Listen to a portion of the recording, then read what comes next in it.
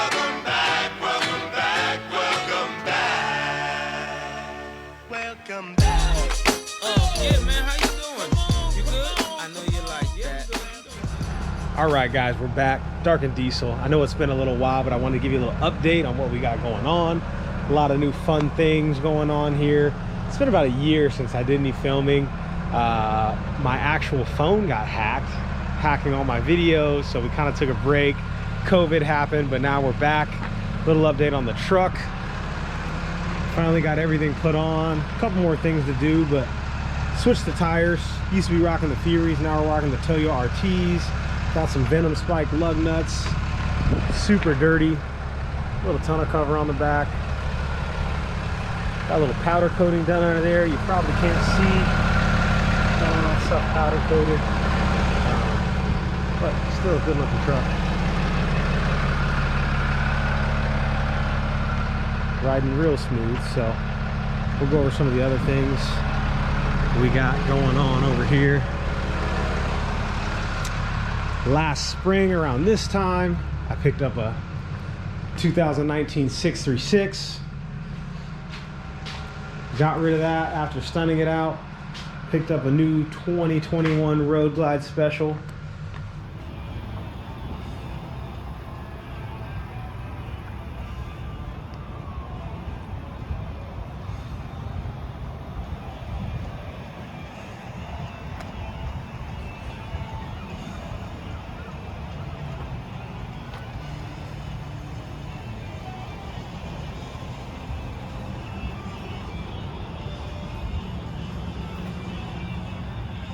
It's got the 114 on there. Maybe we should open the other garage so you guys can see. Don't mind the garage, it's kind of a mess. Got the snow tires for the mom's car, but 114 Road Glide Special, super dirty. Still got the temp tags on there, but does got the Boom GTS on there. Got some good mods coming for this thing. As well. So got my son's 50, the Stunt Grom, got a 2021 CRF 450X. I think it'll fire up. Still got 0 miles. I bought this in December. So I probably could fire up all the toys. 2021 CRF 450X, 2019 636.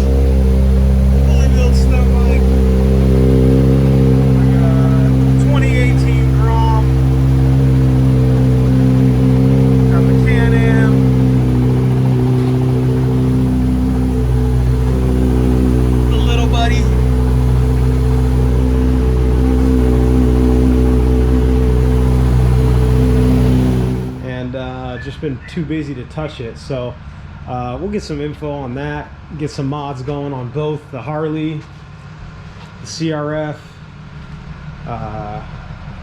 Check out all the powder coating under there. Probably get a couple more things powder coated. Probably get a Banks diff cover. Do a couple other little things. I do have a tuner for it. I haven't figured out what tunes I want to do, but we're going to get into that and some more stuff. But just want to give you a little update on what we got going on the channel. Like I said, I'm going to keep building the truck up, build up the Harley after we clean some of these toys. It's been quite a mess. Nothing real different inside. Pretty basic. Longhorn, you guys have already seen all that stuff, so stay tuned. We're going to get some more content going for you guys and pick the channel back up where we left off, and hopefully we'll have a lot of fun things, from dirt bikes to Harleys to trucks to maybe skating, who knows. Oh, you guys already know we do some snowboarding, but I do have this tuner here.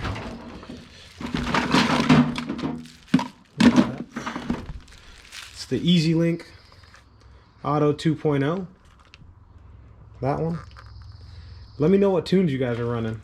I am gonna keep it emissions compliant, so I'm not gonna delete my truck. I think my neighbors would hate me if I did that, so we're not gonna delete it. As much as I'd love to sound like a jet engine every morning when I wake up, my neighbors would probably kill me. The HOAs would probably kill me. So let me know who you guys are using for your tunes. Drop a comment below. Let me know pros and cons, whatever you guys got. That's going to be a big one. Hopefully I'll have something cool to go show you. I'm waiting for my buddy Tyler to get home. We're gonna go check out his house. This guy has all the toys. I mean, all the toys, all the toys. Everything that you could want or think or dream of, this guy has. So should be something you guys will really like. But yeah, stay tuned. Say what up, T. What doggo turns 11 tomorrow. Tegan, how old are you? 8, 11, 8. I figure while we got some time to kill, I'll talk to you about a couple things that I have noticed weird about my truck. So, been having some electrical things going on. The most recent is this one. I'm just gonna play some music.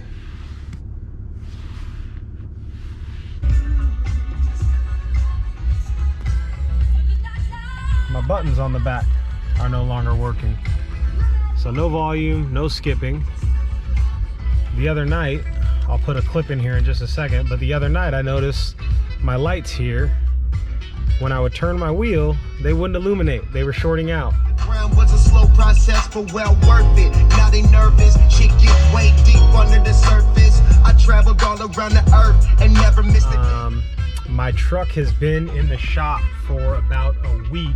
I just got it back because they thought there was a short in the wiring harness to the clock spring, so they replaced that. They replaced the rear view camera because one time the backup camera, obviously you know, backup camera comes on in reverse. I had a full blue screen. It only happened once, but the Dodge dealer was nice enough to replace the whole thing. While they were at it, some of you guys know this shifter comes extremely loose. They did put a new bolt and some kind of fix they did, so now it's nice and tight. So if you're experiencing that shifty loose shifter, go ahead and take it to the Dodge dealer, tell them they should be able to handle that. The other thing is on my Uconnect 12, when I would honk my horn, it's not doing it anymore. See? Oh, my horn's not even working at all. That's a new one. Beep, beep, beep, beep, beep, beep, beep, no horn. Well, what was happening when I would honk my horn, my whole stereo screen would flash. So I'll put a video in here in a second too, showing both. Hit the horn, and screen starts flickering.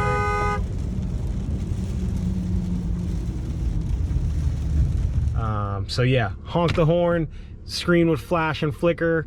The other night, after getting it back from the shop and they fixed everything, when I would turn my wheel, the lights on my steering wheel would cut out.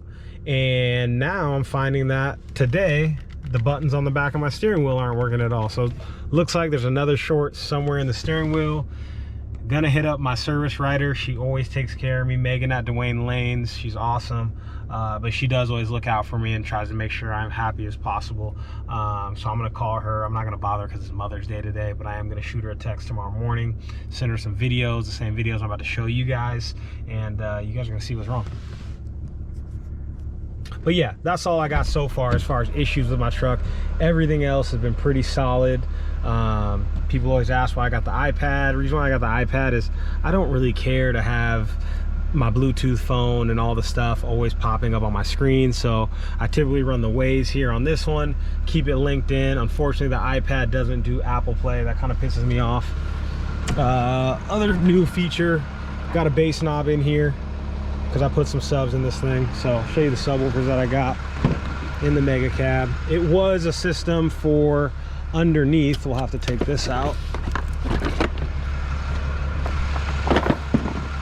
It was meant for a Ram that has the seats that fold up, but since I have the mega cab, the seats fold down. Let's see what we got going on back here. Fold this one down if I can reach it. Two Alpine S, 10 inches. Got a little amp plugged in the back, little Alpine amp. Nice little delivery. The box is thin, still allows me to get full reclinability, so I can be up or I can be reclined back for that. So that's some new stuff on the interior. I forgot about that, but that's about it. I try to keep the truck clean as possible when my kids not spilling Slurpee and stuff in the car, but otherwise, yeah, new issue. Let me know what other issue you guys are finding with your Rams. I haven't found any yet, so I'll keep you guys tuned. But hopefully we're gonna take off soon.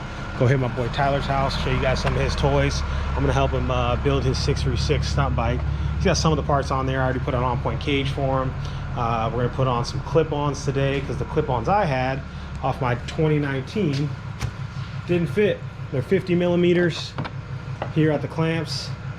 His stupid 09 is 51 millimeters. I don't know why Kawasaki did that, but we tried to mount them up. They didn't work, so he had to order some. So now they're in, so I'm gonna give him some old brake lines off one of my old bikes. They're around here somewhere. I got some old brake lines because you got to do the extended brake lines on them to make it happen. Oh yeah, we did get the soft tonneau cover. I really like it.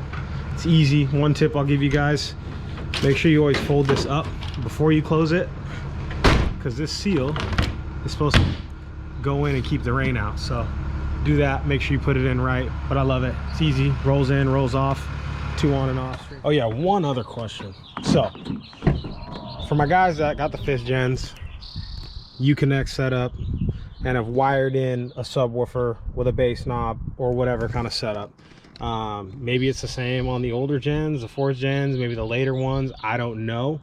I will tell you this: when my guy installed the RCAs for the stereo, they didn't have to pull the stereo out or anything. So any of you guys that are worried that like, hey, I want to add subs to my stock Uconnect 12 or my Uconnect 8.4, whatever you have, you don't have to pull out the screen, because that does always make me nervous too. All they have to do was go up underneath, add some RCAs in the jumper right in there. They can access it all from underneath.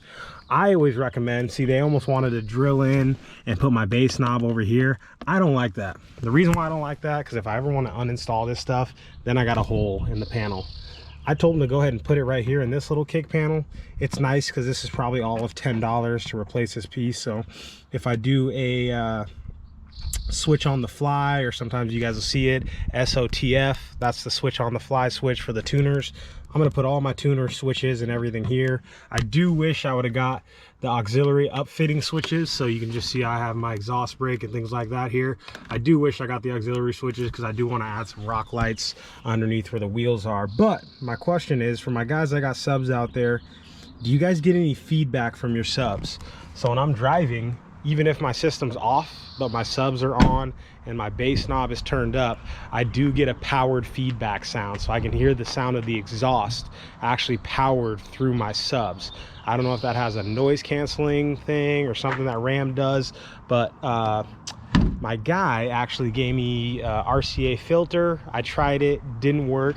He's gonna do some research and look into it and see what other fixes they may have. But if you guys know anything that's out there, please let me know. Drop something in the comments about the feedback, because I'd love to figure it out. Typically my music's up high enough that I don't hear it, but if my music's off and my bass knob is still turned up, since they run independent, I do still have that droning sound coming through my subwoofers from the exhaust, or just kind of the ambient engine noise. Cool thing about this system is I didn't have to undo my stock sub, so that's still intact. So when I turn my bass knob all the way down, I still have a little bit of bass from my stock sub, but I was able to tune all that bass out.